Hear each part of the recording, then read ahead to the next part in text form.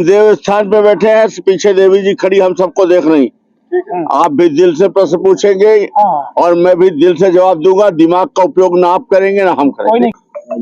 मैं आपसे, मैंने बोला ना कि मैं कहाँ खड़ा हूँ। मैंने जो चिट्ठी भी लिखी उसमें भी मैंने क्या लिखा है, मैंने उसमें लिखा है कि शिवराज जी ने मुझे टिकट देने का वादा कभी नहीं किया।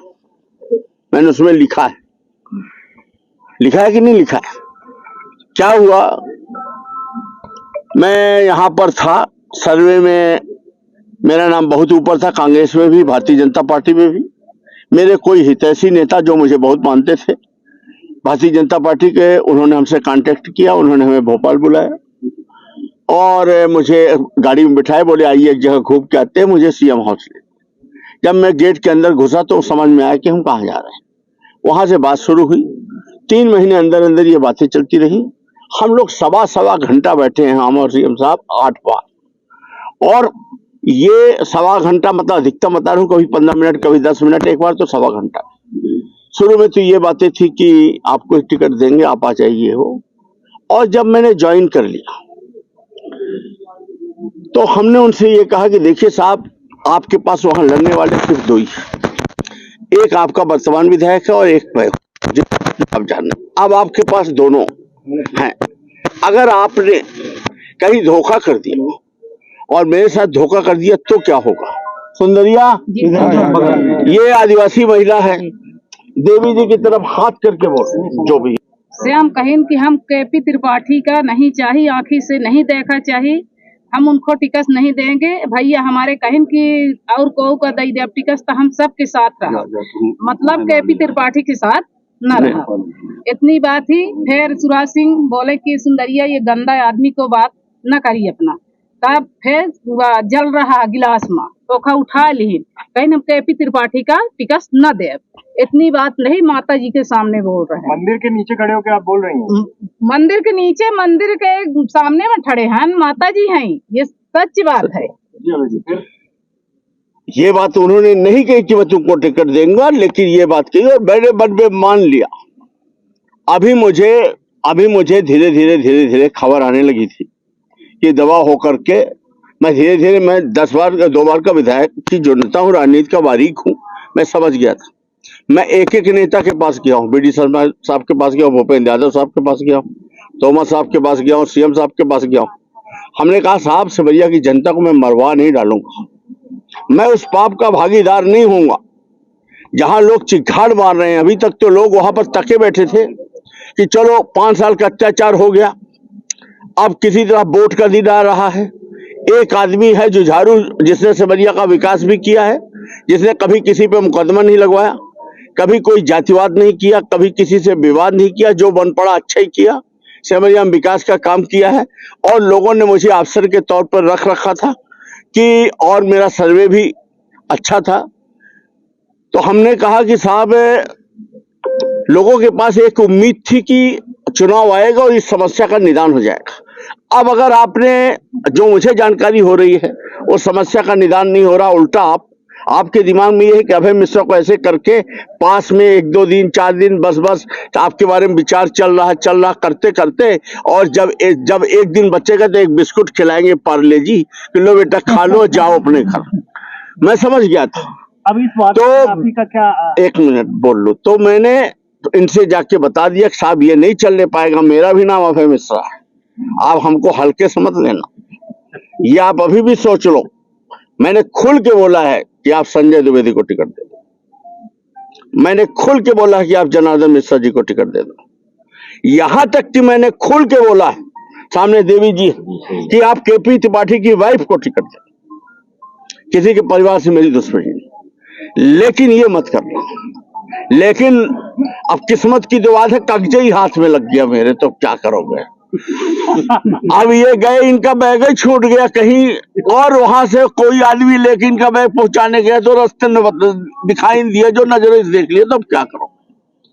ये नाम लिखे हुए थे उसमें, चौथा से तिवारी लाल तिवारी, भले आज टिकट हो जाए, वो उस दिन की बात है जब ये जॉय लिखे थे।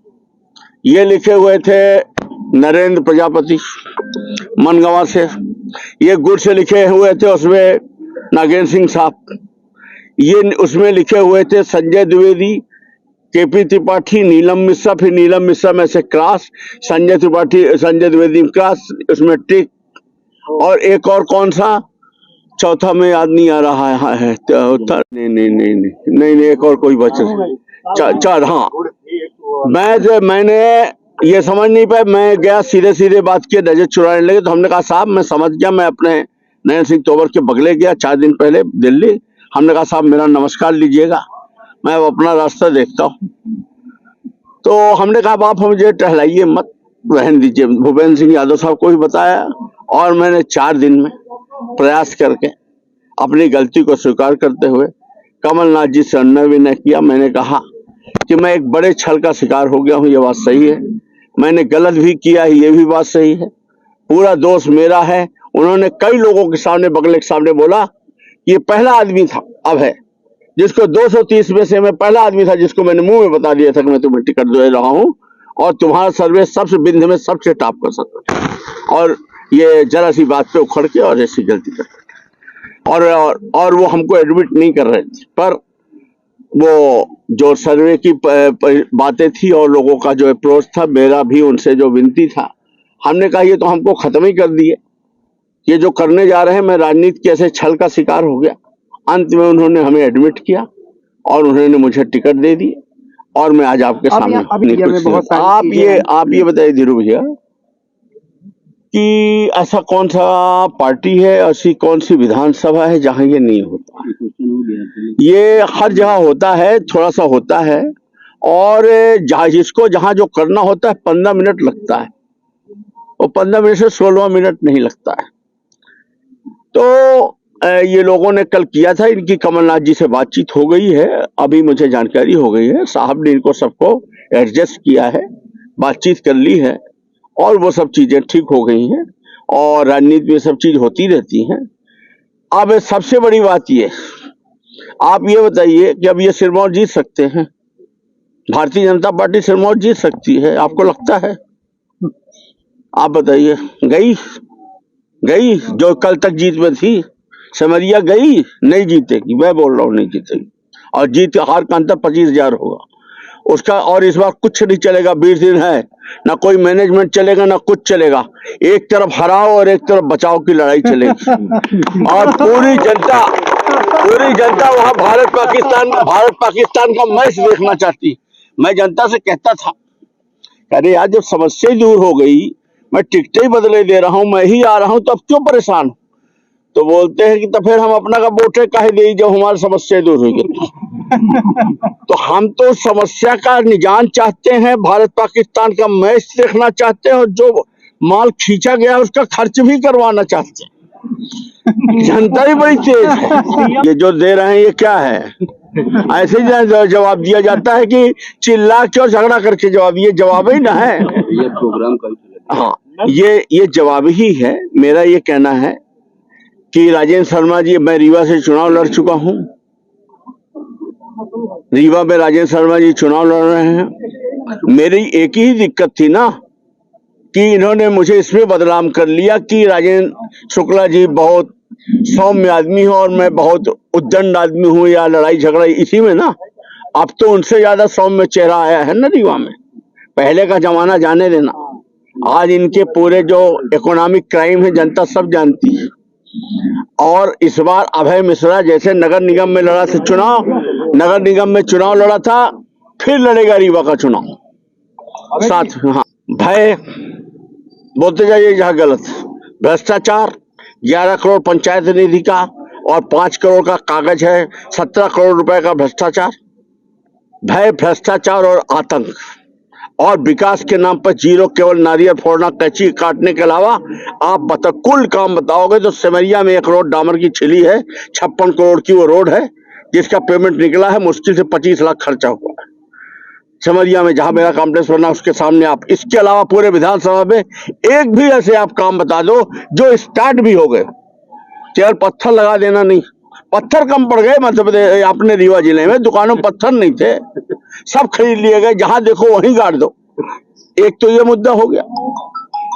दूसरा, बदलाव करने के बाद मैं क्या दूंगा, ये तो निगेटिविटी। मैं देना चाह रहा हूं सपहा से लेकर चचाई तक नहर के किनारे किनारे डामर की रोड। मैं देना चाह रहा हूं मानिकपुर सिमरिया मानिकपुर जो मैंने रोड बनवाई थी जंगल में रुकी है उसको रानीपुर से होकर मानिकपुर तक जोड़ना। मैं देना चाह रहा हूं जो सैनमा पहाड़ है थाना के पीछे दोनों पहाड़ों को जोड़कर एक बड़ा डैम बनवाने की योजना। मैं देना चाह रहा हूं एनवीडीए का जो पानी प्रतापपुर तक आता है सिमरिया से कुछ दूर उसको बरगी वाला पानी उसको लाके जरमोहरा वाले में जोड़ने की योजना। मैं देना चाह रहा हूं यहाँ पर सिमरिया से जो अपनी बनकुइया रोड है जो नीलम मिश्रा कार्यकाल में बनी थी और पुल बने थे तो मैं ये उसको 4 लाइन कराना चाहता हूँ।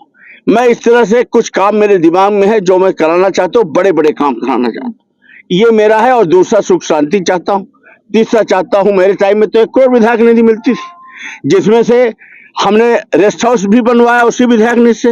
ये वही विधायक निधि है जिसमें 1.5 साल पहले हमारी वाइफ टिफिन लेकर अपनी कुछ दोस्तों के साथ सहेलियों के साथ वहां की विधायक रही हैं किटी पार्टी में खाना खाने लगी किटी गई थी। तो ये और इनके माने एक वही फाइस का कुछ एक कर्मचारी और कुछ लफंगे टाइप आदमियों ने खाना खाते समय टिफिन फेंका था बाहर, खाना खाते समय टिफिन फेंका था और वो महिलाएं चुपचाप मतलब बिना कुछ बोले उतर आई थी। मैंने पराकाष्ठा होती किसी चीज की। तो मैं ये चाहता हूं कि ये सब चीजें बदलें और सिमरिया की लड़ाई लड़ी जाएगी, रीवा की लड़ाई लड़ी जाएगी। किसी हाल में मध्य प्रदेश में सरकार बदलना बहुत जरूरी है। बहुत हो गया खेल तमाशा। ये क्या कर रहे हैं? ये चिल्लर फेंक रहे हैं, गठरी लूट रहे हैं। ये जनता में 20 साल पहले लक्ष्मी लाडली पैदा हुई, आज उसके भी लक्ष्मी लाडली पैदा हो गई। 20 साल में कम होता है? एक ही व्यक्ति मुख्यमंत्री, एक ही सरकार, 20 साल में आप उसको रोजगार नहीं दे सके। केवल आप उसको चिल्लर में इतना दे रहे हो वो जिंदा रहे, न मरे न उठाए और वोट भर दे। और अभी फिर वही आप वो कर रहे हो। रही बात शुक्ला जी का चोली दामन का साथ, तो ऐसा क्या सिंगरौली में विकास हो गया कि मुख्यमंत्री जी 3 पंचवर्षीय लगातार मुख्यमंत्री रहे और तीनों पंचवर्षीय में आखिर राजेंद्र शुक्ला ही क्यों सिंगरौली के प्रभारी मंत्री रहे? ये कैसे हो सकता है? अगर वो मुख्यमंत्री हैं तो फिर से ये आर्थिक राजधानी, यहाँ वही प्रभारी मंत्री बनेंगे, वो वही मुख्यमंत्री बनेंगे और सिंगरौली जो करते हो। बस मुझे एक गलतफहमी हो गई। मुझे लगा कि अब मंत्री नहीं है तो शायद ये चोली दामन के साथ कुछ कम हो गया होगा। पर जब मैं गलती कर बैठा तो अंदर घुसा तो देखा कि नहीं, रिश्तों में कहीं कुछ नहीं है, जो का त्यों है। और ये छल का मैं हो गया शिकार। देवी जी की कृपा है कि समय रहते निकल आया, नहीं तो ये तो जान से ही ये तो अपना काम ही आय कर दिया। आपकी भी जमीन